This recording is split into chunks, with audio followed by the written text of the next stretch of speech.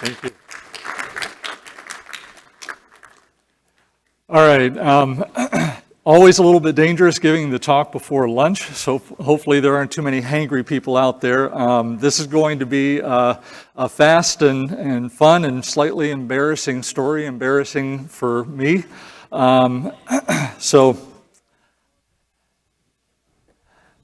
I've had the good fortune this year to be a part of a very talented XR working group, not just at Collins Aerospace, actually bridging all of the Raytheon technology companies.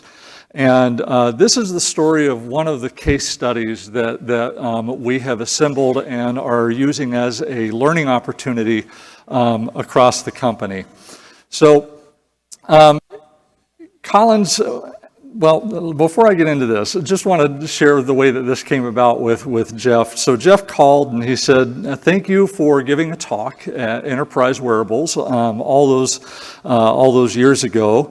And he said, "What's new?" And I said, "Well, I'm a moron, and a lot of what I shared all those years ago missed the point." And he said, "Tell me about it." And I told him about this story, and he said, "Sounds like a great opportunity to eat crow in front of 100 and however many people, several hundred people." So here I am, and Collins Aerospace is one of 4 companies within Raytheon Technologies. Pratt & Whitney is the part of the company that does engine stuff. Raytheon Intelligence and Space is the part of the company that does smart stuff. Raytheon Missiles and Defense is the part of the company that does dangerous stuff. And within Collins Aerospace, we have a defense part of our company, and we also have a sizable part of our company that does basically everything on an aircraft except for your engines, your wings, and the body of the aircraft. So to make a long story short about a very impressive company, whether you have fought or flown, we have helped you home safe. Now, people started to put and before I get into the expert side, I've been a part of XR since 2005, which yesterday somebody said that qualifies me as XR OG. So it took us a little while to get to 2010, but in 2010, that was when we created and deployed the first scale deployment of virtual reality in a mid-tier supplier. Now, our team, we have a very small team, infinitesimally small team, and that team has a very big contribution to this company. People, forgive my French here, people like to say what we do is we invent batshit crazy things. So somebody will come to us and say, "Hey, can we make it so that design flaws don't escape from engineering into our manufacturing when it comes to the assembly of a product? We don't want any of them to reach our factories, let alone our customers." We say, "Sure." They come to us and say, "We've got tacit expertise, and that takes 6 to 12 months to develop a sense of intuitive awareness of. Can we shorten that learning curve from 6 to 12 months to less than 1 second?" We say, "Why not?" So our impact to the bottom line of the company, as small as we are, exceeds $100 million conservatively, and these are competitive advantages to Collins Aerospace and Raytheon Technologies. So fast forwarding a couple of years, this hat had been started to be placed on me as an expert in 2010, and Jeff, first time that I heard from him, called in 2015, and he said, "We're starting this Enterprise Wearables Symposium." And I fielded the call from my bedroom here, sitting on the edge of the bed and looking out that window, and said, "Wanted to invite you to call or to talk." And I said, "I think you got the wrong guy." And he said, "Why is that?" And I said, "Because I haven't drank the Kool-Aid on wearables, in particular smart glasses." And he said, "Why is that?" And I went through all this litany of things that I think everybody here is still, understanding of, and is still, in large part, still affecting the area. And he said, well, your reputation precedes you because what I've been told about you is that you are a voice of reason, and that's one of the things that we're going to be wanting here at this conference. So I said, okay, party on. I hope I don't lose you any sponsors, but I'd be happy to talk. So that's what happened in 2015. It was a phenomenal conference. We could fit vendors on the balcony of the conference hall. It was, and now look at what it's grown to. It's fantastic. So a few years after that, I get a call from Chris Gibson, one of my peers at Collins, and Chris says, you are an expert in, and again, air quotes on expert, you are an expert in XR, and I would really like your help getting smart glasses into Collins. And I said, why is that? And he said, well, we just transitioned a bunch of products from our factory in Cedar Rapids, Iowa, that's my home base as well, up to Decorah, Iowa, about 2 hours north. He said it takes a long time, and during that time we had people living in hotels so that if there was a question, that question could get answered right away.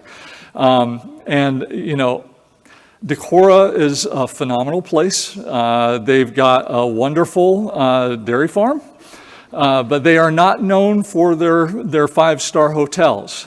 So he said, I just want to shorten that a little bit. And then he went into some more futuristic things. He said, I want to be able to look at a product and have it augmented with the next step that needs to be performed. And I want to be able to hold up a circuit card in front of my face and have the system know what's wrong with that circuit card and show me what's wrong with that circuit card. And he said, I'd really like to have smart glasses at every single workstation, assembly station, so that somebody can put on a pair of smart glasses, dial into a pool of inspector operators, and have something inspected immediately, and it never spends any time on a shelf. And I was like, you know, these are all great things, but I'm an expert, so I know stuff. And what I knew was that we don't do transitions between factories a whole lot. So, you know, what's the business case of that? And I knew that if you're putting on a pair of smart glasses, they're not comfortable for anything that's more than about 45 minutes. And you know, to do an all-day thing, we'd almost have to hire a chiropractor to be just working there to help people throughout the discomfort through the course of the day. And we make small stuff, so what that means is that whenever you are working on an assembly and you're moving it around, you can't have a marker on it, a QR marker, AR marker. And that means that we need object tracking, and the technology just was not there at the time. So, you know, I'm sitting here trying to help Chris, and there's a certain arrogance in that, you know, trying to solve somebody else's problems for them. There's a certain arrogance in that, and I have to admit that I was a little bit smug. But I was trying to help Chris and trying to help him understand all that I knew, and having bestowed on him all of my wisdom as an expert, I thought that would be the end of it. It wasn't. So a couple months pass, and I get an invitation from Chris, and he invites me to this 2-hour demo with Toshiba. And he has down-selected all on his own, he has down-selected the Toshiba DynaEdge as the most probable device that DT would bless to be used on our networks and in our systems, because that little white deal is basically a small computer, which meant that they could image it with our company load set. And one of the Toshiba reps said, I want everybody in this room, there were 30 or 40 people in that room, I want everybody in this room to use this and see what it's like. And that poor guy, he didn't know what he was getting himself into, because I'm also a usability expert. I've performed over 100 usability studies over the course of my career. And a usability study is you put technology in somebody's hand and you observe where they get stuck, where they encounter friction, and then you engineer solutions to those things. So this was a wonderful experience or opportunity for me, because I had been wanting to do something like a usability study on smart glasses for a very long time. And what I observed was person for person, a couple of people tried the voice commands, and when they didn't work very well, they gave up on that, and then they started fiddling with the buttons. But because there's no analog to the buttons and what those should do, it was kind of a figuring out process, and that's friction. So within 60 seconds, every single person in that room had gone to using that directional pad with the little select button in the middle of it in the middle of the PC in order to interact with the computer itself and the programs. Now think about that. That was essentially using a computer as if your only peripheral device was a Nintendo NES controller. And I was like, this proves everything that I have been saying about the usability of this technology. And I felt like just, walking around and saying, thank you, everybody. I came and I spoke in 2015 and I gave, Chris all of my wisdom, and now he has seen for himself exactly what I had been saying. So once again, I thought that would be the end of it. Well, 2020 happened. We all know what happened in 2020. And the way that manifested for us was that the people who are our experts on call, the design engineers who will sometimes come out to the factory floor, they were barred from our factories. Our manufacturing engineers were only working about every other day. People who needed to be trained had a harder time being trained because of social distancing. You're working on small little electronics and you can't get within 6 feet of the person who you're needing to train with. So that was very difficult. And then you've got machinery that's sometimes failing. People can't travel to get to it. You've got audits that are needing to happen, and we all know what happened there.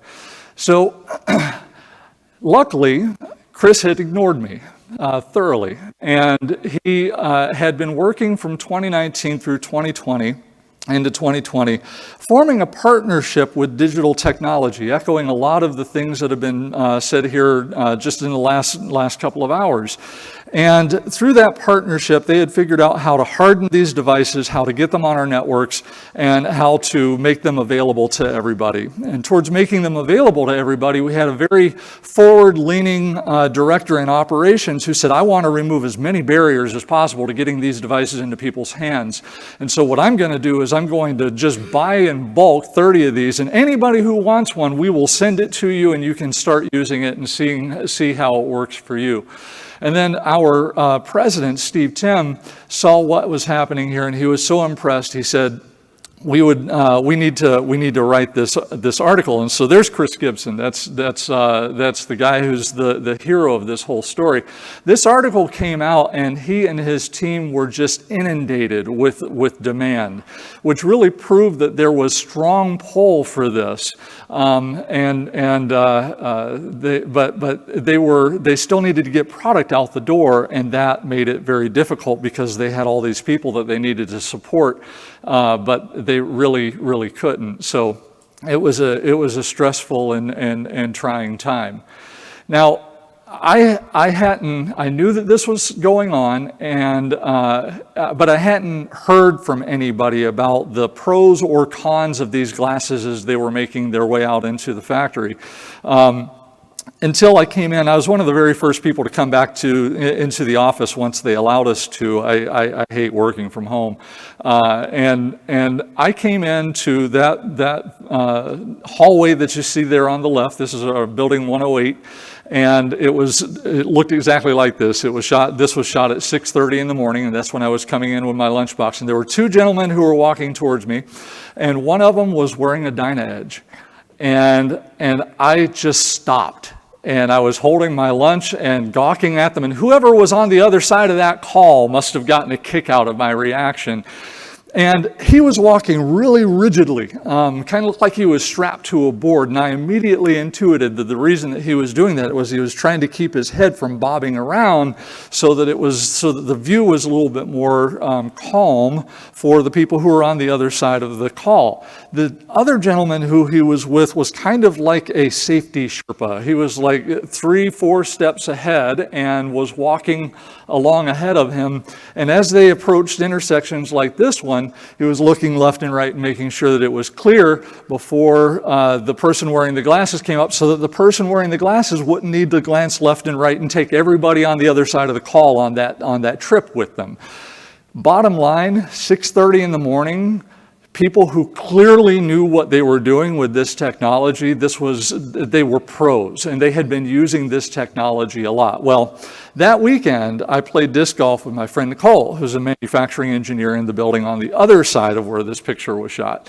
And I said, I was so impressed with seeing these glasses in the wild. And Nicole said, why is that? And I said, well, they're uncomfortable to use for long periods of time, blah, blah, blah. Went through all the stuff that I talked about in 2015.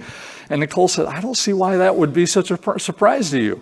She said, we don't need them very often, but when we do, they are wonderful. And that made me realize the big point that I had missed in 2015 and the big point that I had missed when Chris came to me in 2018. And it was this: when I hired into the company, my area first digital microscope, similar to this one, and we were intending to use that digital microscope to send back defects like you're seeing here to the board shop that manufactures these boards so that they can continuously improve their processes.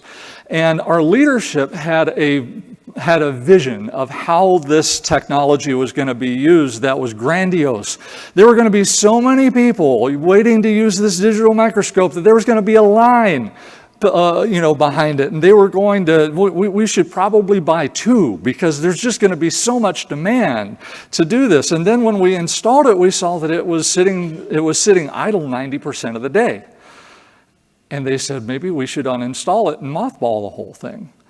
And luckily, we had an industrial engineer who did an inventory of all the pictures of all the defects that had been found and that had been flowed back to our Coralville facility, and said, all of this is better information that they're using to continuously improve that beats the free text that we're entering into our defects.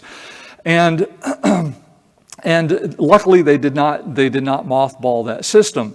The point being that it was the expectations of how the technology was going to be used and how often it was going to be used and where it would fit that was wrong. It wasn't the technology itself. It's similar to a smartwatch. If you have a smartwatch, or if you don't have a smartwatch, and the reason that you don't have a smartwatch is because you're waiting for the day when a smartwatch is going to be something that you use for everything. You're going to use your smartwatch for browsing the internet. You're going to write your life story on your smartwatch. You're never going to have a smartwatch. You're going to be one of the laggards in the diffusion or adoption curve.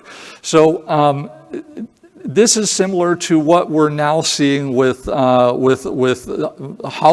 is what we're using for electronic work instructions in many places in the company. So what those teams are showing is that you're not going to do augmented reality work instructions where you're wearing a HoloLens all day long, because that's uncomfortable. But there are spatially complex things that have enough friction, that are difficult enough, that putting on a HoloLens and seeing the work instructions augmented on top of the work in process, that's great. It's not something that you need all the time, but when you do, it's wonderful. So, case study insights, before I populate anything on this. Number one, first and foremost, if you think you see something that your expert doesn't see, you probably do, and just ignore them. Just keep on pushing. Be tenacious. First thing that I want to point out here, and this is something that has been helping me a lot, framing against the familiar. People don't understand smart glasses. Even a lot of the people in this room who are experts in this space don't really understand smart glasses because we're still trying to figure it out. But we all understand things like smartwatches. We all understand things like smartphones. And these are all technologies that we use when we need them, and when we do, they're wonderful. So I've had a lot of leaders who have been talking to me, and they say, well, we're not going to get a HoloLens right now because it's not something that you're comfortable wearing for a long period of time, or all these various reasons. And it's like, time out. you don't use your smartwatch all day long, but it's still of value when you need it. So we don't want to miss that opportunity. Focus on the feasible. Speaking of not missing the opportunity, the wonderful thing about expertise is that you start out not knowing anything, and then you start to fill in what you know, and it creates a more full picture for you as an expert. The problem, though, is that fuller picture also tends to become a wall. And the difference between a bridge and a wall isn't a whole lot. So there's the people who are looking at near-term opportunities, near-term potential, and that's what Chris was doing. I was losing sight of the trees for the forest. I was saying if it's not something that can do all of these things, then it's probably not something that we should spend our time on. Chris was saying there are a couple of near-term trees that I can reach out to and make an impact on. And the people who are doing that are the ones who are going to beat everybody else into the slope of enlightenment on the Gartner Hype Cycle. If you don't know this, look it up. It's a phenomenal tool to communicate. And they're the ones who beat everybody else into the plateau of productivity. Small groups can do incredible things. I like Peter Drucker's quote on this, where he says, effective innovation always starts small. Grandiose innovation never or seldom works. Don't want to be so absolute as never. So Chris's team, they had to get product out the door still. And they were only able to focus their time between all the people on the team, a total of about 10% of their time. And they were able to make immense progress, but they were able to do it because they were empowered, and they were empowered because they had this partnership that they had formed with our digital technology team. And that was, as much as their tenacity, that empowerment was what allowed them to have this, to make this work. Next, prepare ahead of your technology teams. I don't know if you've heard this, but humanity just smacked a refrigerator-sized satellite into an asteroid and altered its course. We don't want to wait until we have an asteroid coming at us before we try that. And that's essentially what Chris was doing. We had this asteroid coming towards us called COVID, and none of us knew. Chris had a need. He didn't know COVID was coming, but he knew that need was going to come up again, and he wanted to prepare ahead of that next time that he needed to do that. So prepare ahead of the time that you're going to have urgency with those. And last of all is that tenacity matters. It's great to be an expert, but there's one thing that is more powerful and more effective than all the expertise in the world, and it is that novice who is tenacious and will not let an idea go. They can do wonderful things, and I will, go to my retirement saying this. What Chris did for us, we have audits that were able to be performed when nobody needed to come into the factory, who wasn't already an essential worker. We have equipment that was able to get repaired without people needing to travel or come into the factory. We had remote experts who were able to help get product troubleshot and moved along and meet our deliveries to our customers without those experts needing to come into the factory. Every single one of those would have been a possible exposure risk at a time in the cycle of COVID that there weren't treatments and there weren't vaccines. So it's not it's not stretching the truth in any way, shape, or form to say that there are probably kids of Collins employees who have healthy parents or might even have parents at all today. And for that reason, Chris is a hero. And the smart glasses that he was able to use is a hero to the extent that an inanimate object can be a hero. So I'm a big Steve Jobs fan. I like the way that he would end his talks with one more thing, and I'll end with this very, very short story. So when we started as a working group, when we started pulling this case study together, I sat down with Chris, who was very busy at the time, and he gave me an hour of his time, and I interviewed him about this. And I said, the first time that you considered smart glasses when you had that product transition to Decora? And he said, no, it wasn't. He said, the first time that I started thinking about smart glasses was when I was the manufacturing engineer and I was the one who had to spend that 6 months in Decora. And I said, 6 months? And he said, yeah. He said, when I say that it takes a long time to do this, I'm not kidding. We have to make sure that we meet our deliveries to our customers. And he said, and that was fine. He said, I was single. I didn't have kids yet, so it was good. But it wasn't. And he said when he became the leader, with this most recent one as the leader, he had to choose who that person was going to be or who those people were going to be. And he said, I don't want them to have kids.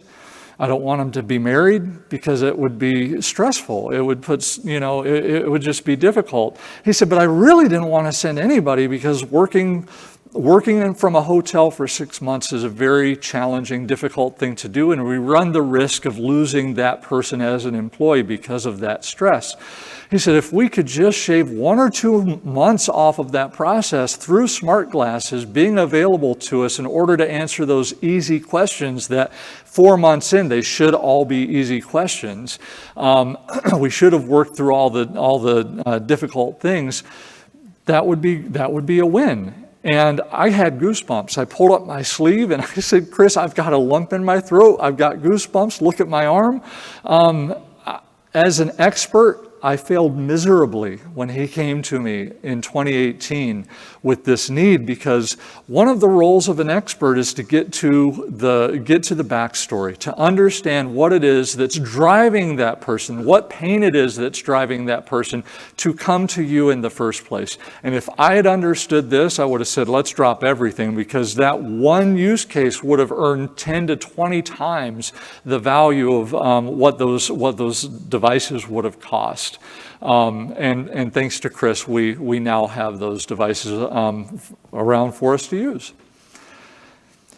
So thank you all for hanging out. Enjoy lunch, and I'm happy to answer any questions outside. Thank you. That was great. A great talk to send us to lunch. So we're going to start at 2 o'clock sharp after lunch, and we'll start with a fun panel. So nobody brought me a